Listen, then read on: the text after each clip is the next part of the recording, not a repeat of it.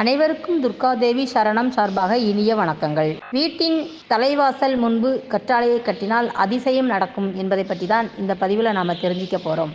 இப்போ தான் இந்த பதிவை முதல்ல பார்க்குறீங்கன்னா லைக் அண்ட் ஷேர் பண்ணுங்கள். மறக்காமல் சப்ஸ்கிரைப் பண்ணுங்கள் ஃப்ரெண்ட்ஸ். பக்கத்தில் இருக்கிற பெல் ஐக்கானை கிளிக் பண்ணுங்கள்.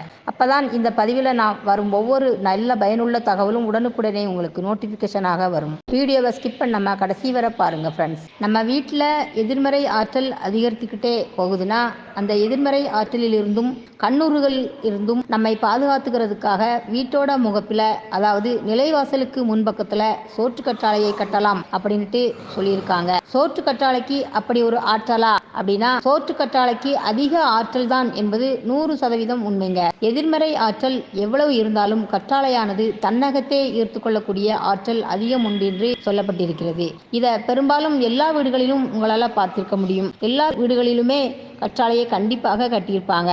அதுவும் குழந்தைங்க இருக்கிற வீட்டில் கட்டாயம் சோற்று கற்றாழையை கட்டியிருப்பதை நீங்கள் பார்த்திருப்பீங்க. அப்படியே இல்லைனாலும் கட்டணும் அப்படிங்கிறத தெரிஞ்சுக்கோங்க. சிலர் வீடுகளில் வியாபாரங்களில் முன்னேற்றம் அடைந்து பணங்கள் அதிகமாக கொடுக்கல் வாங்கல் இருக்கும் வீடுகளில் அந்த கண்ணூறுகள், கண் திருஷ்டி அதிகமாகவே இருக்குங்க. அப்படிப்பட்ட வீடுகளில் இந்த சோற்று கற்றாழையை வாசலின் முன்பு கட்டாயம் கட்ட வேண்டும். அப்படி கட்டியிருந்தா பரவாயில்லை. அப்படி கட்டாதவர்கள் உங்களது நண்பர்களாக இருந்தால் நீங்கள் இதை பகிர்ந்துக்கோங்க. இந்த கற்றாழை எந்த நாட்களில் கட்ட வேணும் அப்படின்னா, நாம முதல்ல கட்டும்போது வெள்ளிக்கிழமை நாட்களாக இருக்க வேண்டும். ஏன்னா வெள்ளிக்கிழமை கட்டுவதால் அதிக பலன்கள் கிடைக்கும் அப்படிங்கிறத தெரிஞ்சுக்கோங்க. இந்த கற்றாழை உற்று பார்த்தீங்கன்னா தெரியும். கற்றாழையை நாம தலைகளாகத்தான் கட்டியிருப்போம். இப்படி தலைகளாக கட்டியிருக்கும் கற்றாழையானது என்ன பண்ணும்னா, காற்றில் இருக்கிற ஈரப்பதத்தை உறிஞ்சிக்கிட்டு நன்றாக வளர ஆரம்பிக்கும். முக்கியமான விஷயங்கள்ல அதுவுமே ஒன்று. அது இயற்கையோட படைப்புங்க.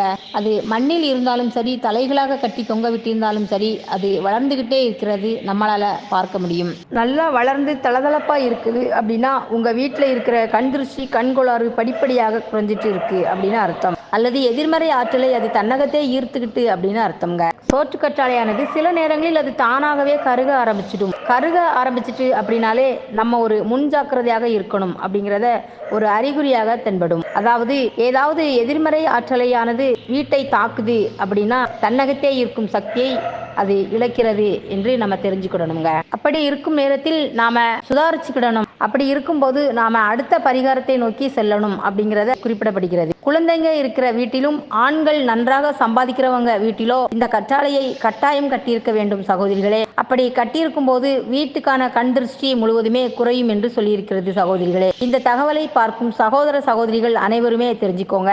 இனிதே வளம் பெற்று நலமுடன் வாழ்க. இந்த பதிவை உங்க நண்பர்களிடம் ஷேர் பண்ணுங்க ஃப்ரெண்ட்ஸ். மீண்டும் அடுத்த பதிவுடன் சந்திக்கும் வரை உங்கள் சகோதரியான துர்காதேவி சரணம்.